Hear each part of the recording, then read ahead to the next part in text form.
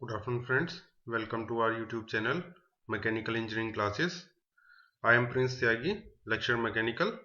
So friends, आज जिस topic पर हमने वीडियो बनाया है वो है लॉज ऑफ फोर्सेस। ये इस टॉपिक पर हमारा दूसरा वीडियो है।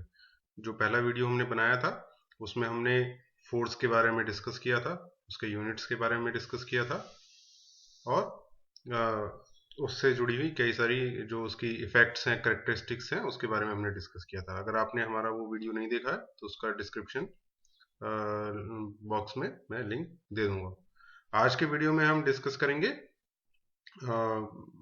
सिस्टम ऑफ फोर्सेस के बारे में, लॉज ऑफ पैरेललोग्राम के बारे में और कुछ न्यूमेरिकल प्रॉब्लम हम देखेंगे।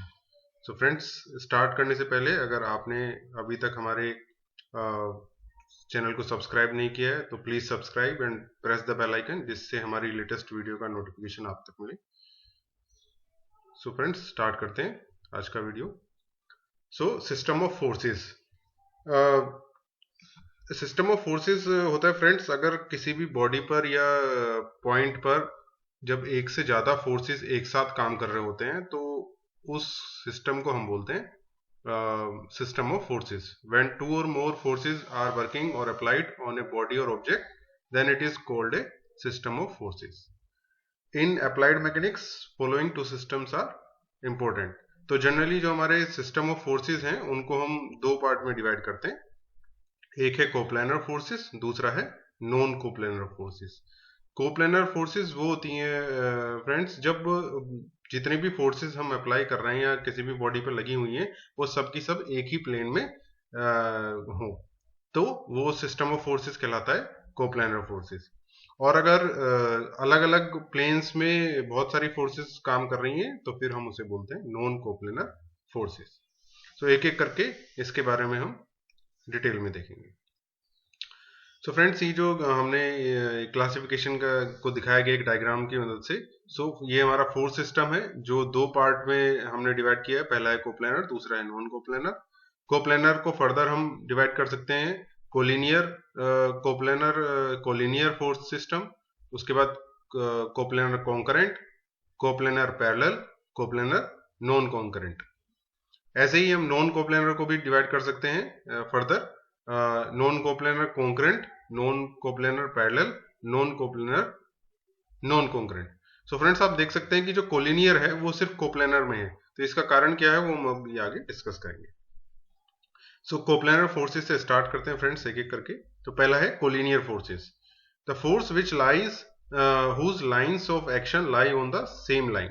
सो यहाँ पे अगर हमारी बहुत सारी फोर्सेस काम कर रही हैं और उनका सबका जो लाइन ऑफ एक्शन है, जिसको हम क्रिया रेखा भी कह सकते हैं, वो अगर एक ही रेखा में है तो उन सब फोर्सेस को हम बोलते हैं कोलिनियर फोर्सेस। जैसे हमने यहाँ पे डायग्राम में दिखाया कि एक पॉइंट मान लें यहाँ पे एक है, उस पर दो फोर्स लगी हुई है, एक जो इसको राइट साइड में लेके जा रहा है, दूसरा है लेफ्ट साइड में। बट आप देखेंगे कि इनका जो लाइन ऑफ एक्शन है दोनों का सेम है। साथ ही एक और तीसरा फोर्स भी है, उसका भी लाइन ऑफ एक्शन सेम है। सब के सब एक ही लाइन में ये फोर्सेस काम कर रहे हैं। तो ऐसे फोर्सेस जो इस सब के सब एक ही लाइन में काम करते हैं उनको हम बोलते हैं कोलिनियर फोर्सेस। आप इस डायग्राम से समझ सकते हैं कि ये वाला जो पॉसिबिलिटी है वो सिर्फ कोप्लानर फोर्सेस में ही है। अगर नॉन कोप्लानर होंगे जिसमें फोर्सेस एक से ज्यादा प्लेन में लगती हैं, वहां पर ये पॉसिबिलिटी नहीं हो सकती। तो इसीलिए collinear forces are always coplanar forces. दूसरा है फ्रेंड्स कोप्लानर कॉन्करेंट फोर्सेस। जब हमारी बहुत सारी जो फोर्सेस काम कर रही हैं वो सब की सब एक बिंदु पर मिलती हैं, तो ऐसी फोर्स सिस्टम को हम बोलते हैं कोप्लानर कॉन्करेंट फोर्सेस। या आप यहाँ पे फिगर से देख भी सकते हैं कि एक पॉइंट है O और उस पर इतनी सारी फोर्सेस काम कर रही हैं। बट जो इसमें इंपॉर्टेंट है कि सभी की सभी फोर्सेस का जो है वो एक ही पॉइंट पर जाके मिल रही हैं, जो है हमारा point O। So concurrent force की जो डेफिनेशन है, the forces which meet at one point and their line of action also lies on the same plane. क्योंकि ये कोप्लानर है तो सेम प्लेन वाली कंडीशन सब साथ में रहेगी। नेक्स्ट है कोप्लानर पैरेलल फोर्सेस। सो कोप्लानर है तो एक ही प्लेन में होंगे। पैरेलल फोर्सेस मतलब जो हमारे फोर्सेस लग रहे हैं उनके लाइन ऑफ एक्शन एक दूसरे फोर्स के पैरेलल हो गए, यानी कि समानांतर होंगे। जैसे आप देख सकते हैं कि ये हमारा एक प्लेन है A, उस पर तीन फोर्सेस लग रही हैं, एक फोर्स F1, F2, F3 इनकी सबकी दिशा अलग अलग है, लेकिन जो इनकी लाइन ऑफ एक्शन है वो एक दूसरे के समानांतर है। जो F1 फोर्स का लाइन ऑफ एक्शन F2 के समानांतर है और F2 का जो लाइन ऑफ एक्शन है वो F3 के समानांतर है। वो आप यहाँ पर फिगर में देख भी सकते हैं। तो नेक्स्ट है friends coplanar non concurrent forces. The forces which do not meet at one point but their line of action lie on the same plane. ये ऐसा फोर्स सिस्टम होता है फ्रेंड जिसमें फोर्सेस हमारी सबकी सब एक ही प्लेन में है, जो कि कोप्लेनर फोर्स सिस्टम है, बट इनके लाइन ऑफ एक्शन एक दूसरे के से मिलते नहीं है और ना ही पैरेलल होते हैं। सो ऐसे फोर्स सिस्टम को हम बोलते हैं coplanar non concurrent force system. So next है फ्रेंड्स नॉन कोप्लेनर फोर्सेस। इसके हमने जैसे तीन पार्ट्स में इसको डिवाइड कर सकते हैं। पहला है नॉन कोप्लेनर कॉन्करेंट फोर्सेस। इसमें क्या है कि हमारी जो फोर्सेस हैं वो अलग अलग प्लेन में लग रही हैं, लेकिन वो एक ही पॉइंट पर आकर मिलती हैं। जैसे कि आप देख सकते हैं कि हमारा x y z coordinate system है, इसमें एक फोर्स हमारा जेड और वाई जो प्लेन है उसमें लग रहा है R1, उसके बाद जेड और एक्स प्लेन है इसमें लग रहा है हमारा R3, और एक्स वाई प्लेन जो है इसमें तीसरा फोर्स लग रहा है F2। सो यहाँ पे ये तीनों जो फोर्सेस लग रहे हैं वो हमारे अलग अलग तीनों प्लेनों में लग रहे हैं, बट ये देखेंगे आप ये आके तीनों फोर्सेस एक ही पॉइंट पर यहाँ पर जो इसका ओरिजिन है इस कोऑर्डिनेट सिस्टम का वहां पे आके मिल रहे हैं। तो ऐसे सिस्टम को हम बोलते हैं नॉन कोप्लेनर कॉन्करेंट। दूसरा है non coplanar parallel forces. So non coplanar है यानी कि फोर्स सिस्टम हमारे जो फोर्सेस लगी हुई है सब अलग अलग प्लेन में लगी हुई है, लेकिन वो एक दूसरे के पैरेलल है। जैसे कि आप यहाँ पे देख सकते हैं ये जो प्लेन ये फोर्सेस यहाँ पे लग रही हैं ये सब अलग अलग प्लेन में लग रही हैं, बट ये एक दूसरे के पैरेलल है। जैसे कि ये जो ऊपर वाली जो प्लेन में दो फोर्सेस लग रहे हैं वो नीचे वाले प्लेन में लगने वाले फोर्सेस के पैरेलल है। ऐसे ही जो यहाँ पर राइट साइड में जो प्लेन है इसमें जो लग रहे हैं फोर्सेस वो लेफ्ट साइड वाले प्लेन के जो फोर्सेस लग रहे हैं उनके पैरेलल हैं। तो दो कंडीशन एक साथ यहाँ पे है। एक तो ये कोप्लेनर है, सॉरी नॉन कोप्लेनर है, अलग अलग प्लेन में लग रहे हैं फोर्सेस, बट वो साथ साथ एक दूसरे के पैरेलल भी हैं। लास्ट है फ्रेंड्स इसमें नॉन कोप्लेनर नॉन कॉन्करेंट। तो नॉन कोप्लेनर है मतलब अलग अलग प्लेन में लग रहे हैं, और नॉन कॉन्करेंट है मतलब वो एक बिंदु पर मिलते भी नहीं है। तो आप यहाँ पे फिगर से समझ सकते हैं कि ये फोर्सेस जो है अलग अलग तीन प्लेन में लग रहे हैं और ये एक दूसरे के पैरेलल भी नहीं है और ना ही किसी एक बिंदु पर ये मिल रहे हैं। सो फ्रेंड्स ये हमारे थे दो तरह के जो फोर्स सिस्टम है कोप्लेनर और नॉन कोप्लेनर जो हमने अभी डिस्कस किया। So friends next is principle of transmissibility of forces. ये मैकेनिक्स में बहुत ही इंपॉर्टेंट जो प्रिंसिपल है जिसको हम यूज करेंगे पूरे सब्जेक्ट के में, तो इसको हम यहाँ पे समझने की कोशिश करेंगे। If a force acts at any point on a rigid body it may also be considered to act at any other point on its line of action provided that point is rigidly connected with the body. So ये जो principal है ये हमें बताता है कि अगर किसी बिंदु पर जो जैसे हमने माना यहाँ पे पॉइंट ए है, अगर किसी बिंदु पर एक फोर्स लग रहा है तो हम मान सकते हैं कि उस फोर्स के लाइन ऑफ एक्शन पे जितने भी पॉइंट हैं उस पर भी समान फोर्स काम कर रहा है। जो कंडीशन यहाँ पे फुलफिल है कि वो सारे पॉइंट जो बॉडी है उसके साथ रिजिडली जुड़े होने चाहिए। अगर कोई भी पॉइंट उसके लाइन ऑफ एक्शन में रिजिडली जुड़ा हुआ है तो वो फोर्स उस लाइन पर सभी बिंदुओं पर कार्य करेगा। हम इसको इस जो फिगर है उसकी मदद से समझने की कोशिश करेंगे।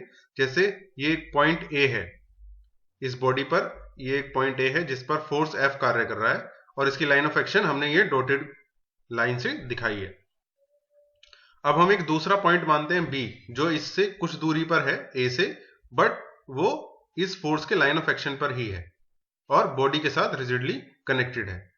सो अगर हम इस B पर दो फोर्स लगाते हैं, एक F जो राइट हैंड साइड की तरफ है और एक दूसरा फोर्स है F जो लेफ्ट हैंड साइड की तरफ है, यानी कि इस बिंदु पर हमने दो समान विपरीत दिशा वाले बल लगा दिए दोनों तरफ F और F।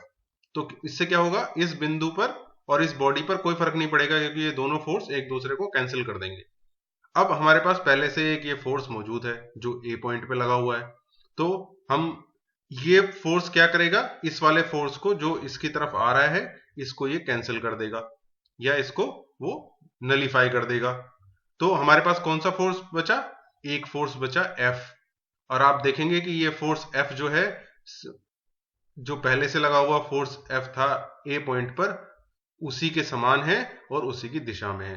तो इससे हम ये कह सकते हैं कि अगर कोई फोर्स किसी बॉडी के एक पॉइंट पर लगता है तो वह फोर्स उस फोर्स जो फोर्स का लाइन ऑफ एक्शन है उस पर पड़ने वाले सभी बिंदुओं पर समान रूप से लगेगा या लग सकता है।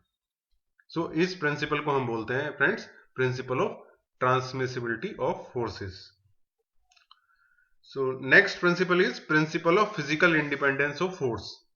ये प्रिंसिपल हमें बताता है कि अगर किसी बॉडी पर बहुत सारे फोर्स एक साथ कार्य कर रहे हैं तो वो जो प्रभाव उत्पन्न कर रहे हैं वो समान होगा जब वो उस बॉडी पर अकेले कार्य करेंगे।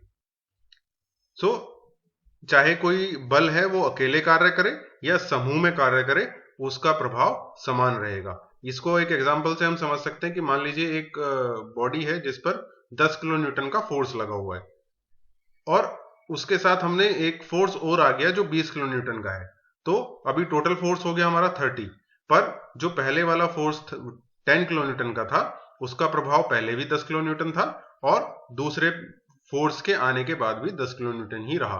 तो जो फोर्स है वो फिजिकली इंडिपेंडेंट होती है जिससे कि उसका प्रभाव समस्त स्थितियों में समान रहता है। If a number of forces are simultaneously acting on a body, then it will produce the same effect as applied individually.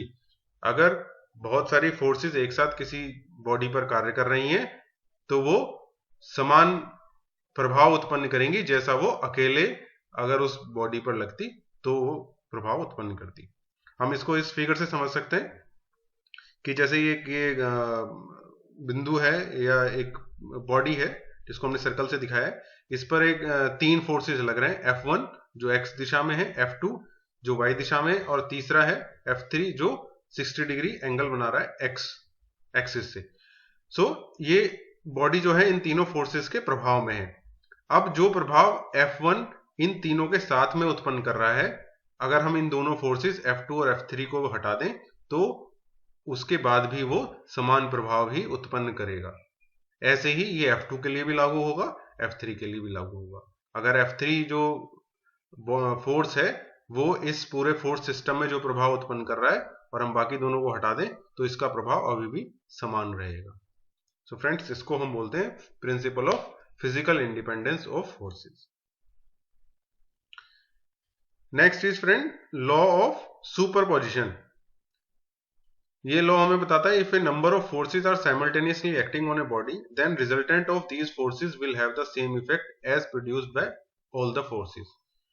अब यहाँ पे हम इसको ये जो लॉ है ये हमको बताता है कि अगर एक बिंदु पर या एक किसी पिंड पर बहुत सारे बल एक साथ कार्य कर रहे हैं तो वो सारे बल एक साथ मिलके जो प्रभाव उत्पन्न करते हैं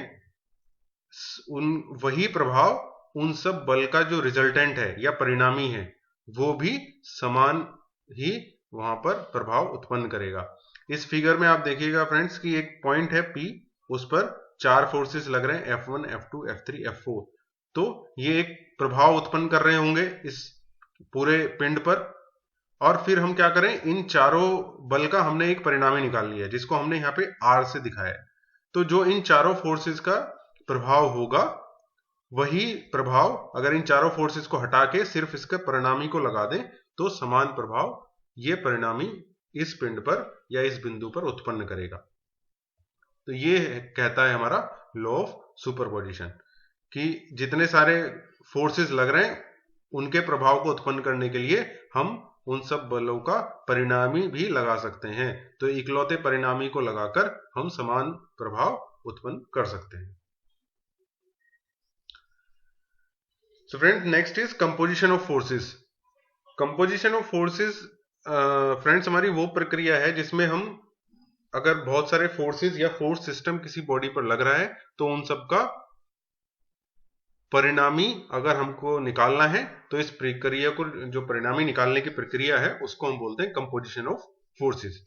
the process of finding out the resultant force of A number of given forces is called composition of forces और कंपाउंडिंग ऑफ फोर्सेस। तो रिजल्टेंट किसी भी बल समूह की या फोर्स सिस्टम की परिणामी निकालने की जो प्रक्रिया है उसको हम कंपोजिशन ऑफ फोर्सेस कहते हैं। अब रिजल्टेंट फोर्स क्या है, हम पहले अभी लॉ ऑफ सुपरपोजिशन में समझ सकें इसको, एक बार फिर से यहाँ पे दोहरा रहे हैं। When more than one forces are acting on simultaneously on a body, जब एक ही साथ कई सारे फोर्स किसी पिंड पर लगते हैं, then a single force which could replace them or which could produce the same effect as produced by all the given forces. This single force is called resultant force. मान लीजिए किसी बॉडी पर बहुत सारे फोर्स लग रहे हैं और हम एक ऐसा फोर्स जो समान प्रभाव उत्पन्न करे, जो कि उन सभी फोर्सेस के बराबर होगा, उस एक अकेले फोर्स को हम बोलते हैं रिजल्टेंट फोर्स। यानी कि हम सारे फोर्सेस को हटा के अगर सिर्फ रिजल्टेंट फोर्स को उस बॉडी पे लगा दें तो वो हमें समान प्रभाव उत्पन्न करके देगा, जैसे कि पहले सभी फोर्सेस मिलकर कर रहे थे। तो इस अकेले फोर्स को हम बोलते हैं रिजल्टेंट फोर्स या परिणामी बल। अब हमारे पास फ्रेंड्स कई सारे लॉज हैं परिणामी निकालने के, तो हम उनको एक एक करके डिस्कस करेंगे। सबसे पहले है law of parallelogram of forces या फिर समानांतर चतुर्भुज का नियम। इसमें हम फ्रेंड्स मानते हैं कि हमारे पास दो बल हैं और उनको हम एक समानांतर चतुर्भुज की या पैरेललोग्राम की दो एडजेसेंट साइड या साथ में लगती हुई दिशाओं के से अगर दिखा सके परिणाम में और उसकी दिशा दोनों को मानते हुए, तो उन दोनों बल का जो परिणामी होगा वो उस समानांतर चतुर्भुज के जो विकर्ण है यानी कि डायगोनल है उसके बराबर होगा। तो यहाँ पे हम देख रहे हैं, मान लीजिए हमारे पास दो फोर्स है P और Q, इसको हम एक पैरेललोग्राम OACB के दो साइड से दिखा सकें, OA और OB से, तो इन दोनों का जो रिजल्टेंट होगा वो हम इसके डायगोनल यानी कि OC से दिखा सकते हैं। यही हमने यहाँ पे लिखा भी है। If two forces acting simultaneously on a particle be represented in magnitude and direction by the two adjacent side of parallelogram, their resultant may be represented in magnitude and direction by a diagonal of parallelogram which passes through their point of intersection. तो इसको हम बोलते हैं law of parallelogram. अगर दो बल जिनको हम उसके परिमाण और दिशा में एक समानांतर चतुर्भुज की दो साथ लगती हुई दिशा साइड से दिखा सकें, तो उन दोनों फोर्सेस का जो परिणामी होगा वो उस चतुर्भुज के विकर्ण के बराबर होगा और दिशा को भी दिखाएगा। सो ये हमारा है law of parallelogram. So friends, इसको हम दो तरीके से यूज कर सकते हैं या डेराइव कर सकते हैं। एक है ग्राफिकल मेथड, दूसरा है एनालिटिकल मेथड। सो ग्राफिकल मेथड में हम क्या करेंगे, हम एक बिंदु ले लेंगे और एक स्केल मानकर दोनों फोर्सेस को जो है बनाएंगे। जैसे हम मान लें कि बिंदु O है, तो पहले फोर्स को हम एक स्केल मान लेंगे और OA दिशा से दिखाएंगे। उसके बाद दूसरी को जो एंगल हमको दिया हुआ है वो एंगल बना के दूसरा हम O पॉइंट से ही खींचेंगे, जैसे कि हमने यहाँ पे OB खींचा है। अब इन दोनों जो लाइंस हैं इनके पैरेलल दूसरी लाइंस खींच लेंगे जिससे कि हमारा पूरा समानांतर चतुर्भुज बन जाए। OB के पैरेलल एक लाइन खींच लेंगे AC और OA के पैरेलल एक लाइन खींच लेंगे BC, जिससे कि हमारा एक चतुर्भुज बन जाए OACB। और O को C से अगर हम जोड़ देंगे तो जो हमें यहाँ पर डायगोनल मिलेगा वो हमारा बताएगा इन दोनों फोर्सेस का P और Q का रिजल्टेंट।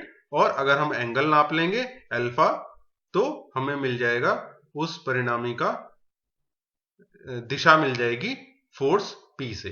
तो ये है हमारा ग्राफिकल मेथड जिसमें हम ट्रिग्नोमेट्री या ग्राफ की उसको बनाकर ड्राइंग की मदद से बनाकर हम परिणामी निकाल सकते हैं। तो दूसरा है हमारा फ्रेंड्स एनालिटिकल मेथड जिसे हम यहाँ पर ड्राइव करेंगे। ये एग्जाम के सेमेस्टर एग्जाम के पॉइंट ऑफ व्यू से काफी इंपॉर्टेंट है। So let two forces P and Q are acting on point O and makes angle theta with each other. हम मानते हैं कि दो फोर्सेस हैं P और Q, ये एक दूसरे से थीटा एंगल बनाती है, जैसे कि आप यहाँ पे फिगर में भी देख सकते हैं। Let force P and Q can be represented by adjacent side O and OB of parallelogram OACB। तो हमारी जो बल हैं P और Q, इनको हम एक समानांतर चतुर्भुज की दो दिशाओं OA और OB से दर्शा सकते हैं, हम ऐसा मान रहे हैं। और हमारा चतुर्भुज है OACB, और इसका रिजल्टेंट है resultant R of P and Q B represented bye diagonal OC। जो इन दोनों बल P और Q का परिणामी है R, उसको हम इस चतुर्भुज के विकर्ण यानी कि डायगोनल OC से दिखा सकते हैं। सो फ्रेंड्स, हम क्या करेंगे, now extend line OA so as to cut the perpendicular dropped from point C at D। अब हम जो OA लाइन है इसको आगे एक्सटेंड करेंगे D तक, और C पॉइंट से एक परपेंडिकुलर डालेंगे, जिससे कि ये OA को जो हमने लाइन एक्सटेंड करी है उसको कट करेगा, और उस पॉइंट को हम नाम देंगे D। अब हम यहाँ पर जो है ज्योमेट्री से देख सकते हैं कि जो ये एंगल थीटा है और ये वाला एंगल जो थीटा है वो दोनों बराबर होंगे, क्योंकि ये दोनों लाइंस पैरेलल हैं, तो ये दोनों एंगल हमारे थीटा थीटा होंगे। और हमने माना है कि जो हमारा परिणामी R है वो एक फोर्स P से एंगल बनाता है अल्फा, जिसे हम बाद में कैलकुलेट करेंगे। सो एंगल BOA बराबर होगा एंगल CAD के, जो कि दोनों है थीटा। अब हम ट्राइंगल लेते हैं फ्रेंड्स, ट्राइंगल AD और C। यहाँ पे फिगर में देखिए एंगल ट्राइंगल AD और C, ये ट्राइंगल जो है वो राइट एंगल ट्राइंगल है।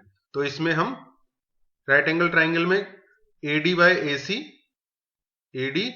AC यानी कि बेस डिवाइडेड बाय परपेंडिकुलर हमारा किसके बराबर होगा, cos थीटा के बराबर। तो यहां से हम AD की वैल्यू हम निकाल सकते हैं। AD की वैल्यू आ जाएगी AC cos थीटा, ये हम मान लेते हैं इक्वेशन 1। ऐसे ही हम CD की वैल्यू भी निकाल सकते हैं कि CD डिवाइडेड बाय AC हमारा क्या होगा, साइन थीटा होगा, और यहां से हमारी CD की वैल्यू आ जाएगी CD equal to AC sine theta. इसको हम मान लेते हैं इक्वेशन 2। सो फ्रेंड्स, सेम फिगर को हमने यहाँ पे फिर से दिखाया है जिससे कि हमको आसानी रहे समझने में। तो ट्राइंगल ODC अब हम मानते हैं, ट्राइंगल OD और C। तो ये ट्राइंगल भी हमारा एक राइट एंगल ट्राइंगल है, और राइट एंगल ट्राइंगल में हमको मालूम है कि जो हमारा हाइपोटेन्यूज होता है उसका स्क्वायर बाकी की दो जो भुजाएं होती हैं उन दोनों के स्क्वायर के सम के बराबर होता है। तो हमारा जो OC स्क्वायर है यानी कि हाइपोटेन्यूज, वो किसके बराबर होगा, बेस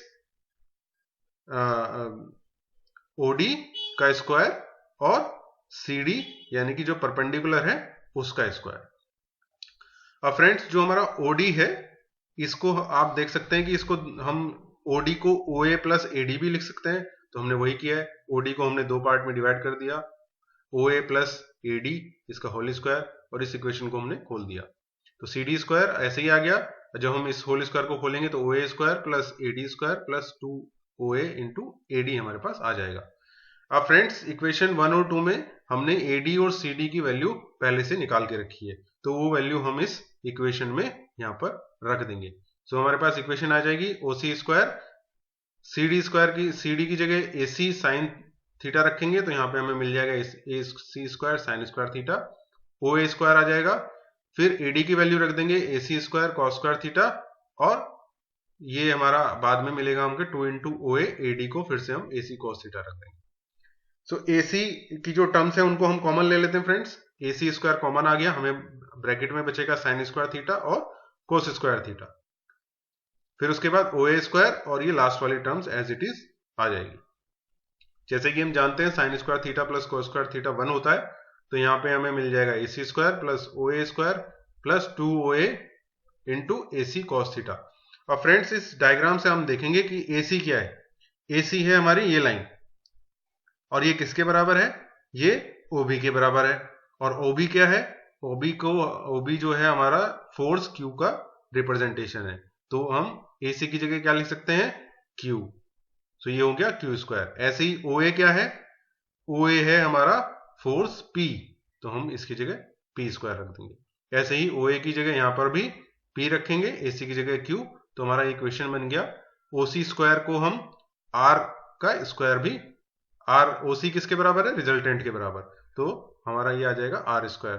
सो हमारी इक्वेशन बन गई friends, R square equal to P square plus Q square plus 2PQ cos theta. और अगर हम इसको दोनों साइड्स का अंडर रूट ले लें तो हमारे पास रिजल्टेंट की वैल्यू आ जाएगी R की, R equal to under root P square plus Q square plus 2PQ cos theta. ये फ्रेंड्स बहुत ही इंपॉर्टेंट डेरिवेशन है और ये फॉर्मूला भी इंपॉर्टेंट है जो हमको न्यूमेरिकल सॉल्व करने में बहुत मदद करेगा। सो ये हमारा रिजल्टेंट का, अगर हमारे पास दो फोर्स दी हुई है जिनको हम पैरेललोग्राम की दो साइड से दिखा सकते हैं, तो उन दोनों का रिजल्टेंट हम इस फॉर्मूले से निकाल सकते हैं, जहां पर जो ये थीटा है वो दोनों फोर्सेस के बीच का एंगल है।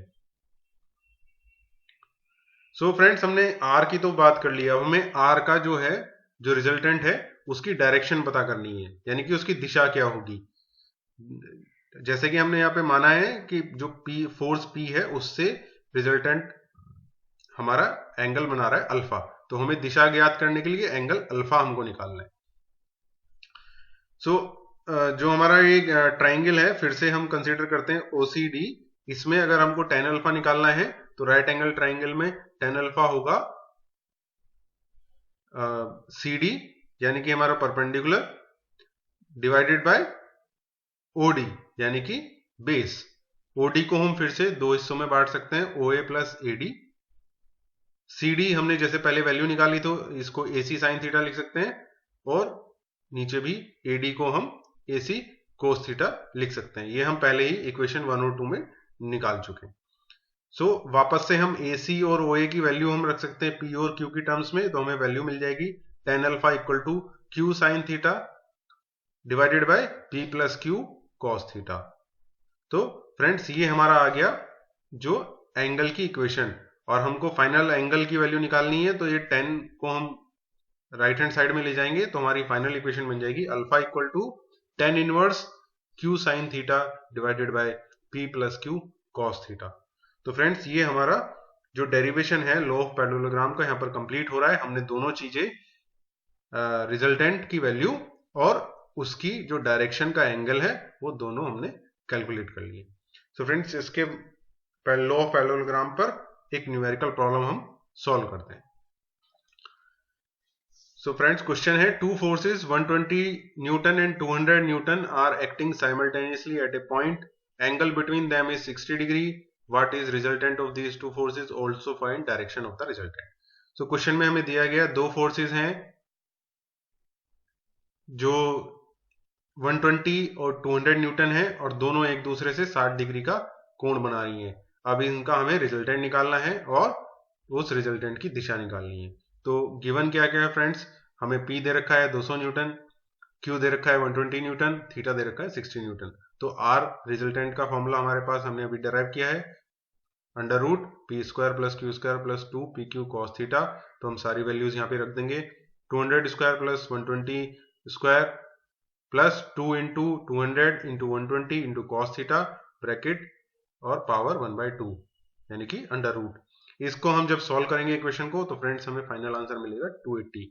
तो इन दोनों फोर्सेस का परिणामी, यानी कि 200 जो नीचे लग रही है और यहाँ पे 120, दोनों के बीच का एंगल है 60, इन दोनों का परिणामी होगा 280 न्यूटन। अब हम निकालते हैं इन दोनों फोर्सेस का एंगल। सो फ्रेंड्स, एंगल का फॉर्मूला भी हमारे पास हमने डिराइव किया है, उसको हम यहाँ पे यूज करेंगे। सो अल्फा हम निकाल सकते हैं, alpha equal to tan inverse Q sin theta P plus Q cos theta. सारी वैल्यू हम इस फॉर्मूले में यहाँ पे रख देंगे, तो हमें फाइनल जो एंगल मिल रहा है वो है 21.78 डिग्री। सो ये जो R है वो P से, फोर्स P से एंगल बना रहा है 21.78 डिग्री। ये जो एंगल अल्फा है ये हमारा आया है 21.78 डिग्री। सो फ्रेंड्स, इसी के साथ हम आज का वीडियो यहीं पर समाप्त कर रहे हैं। लॉ ऑफ फोर्सेस के जो बचे हुआ पार्ट है, जैसे ट्राइंगल लॉ ऑफ फोर्सेस और Lami's theorem, resolution of forces, वो हम नेक्स्ट वीडियो में कवर करेंगे। टिल देन स्टे ट्यून, अगर अभी तक आपने हमारे चैनल को सब्सक्राइब नहीं किया है तो प्लीज़ सब्सक्राइब और बेल आइकन को प्रेस करें। कमेंट्स में बताएं कि आपको हमारा वीडियो कैसा रहा। Friends, thank you so much.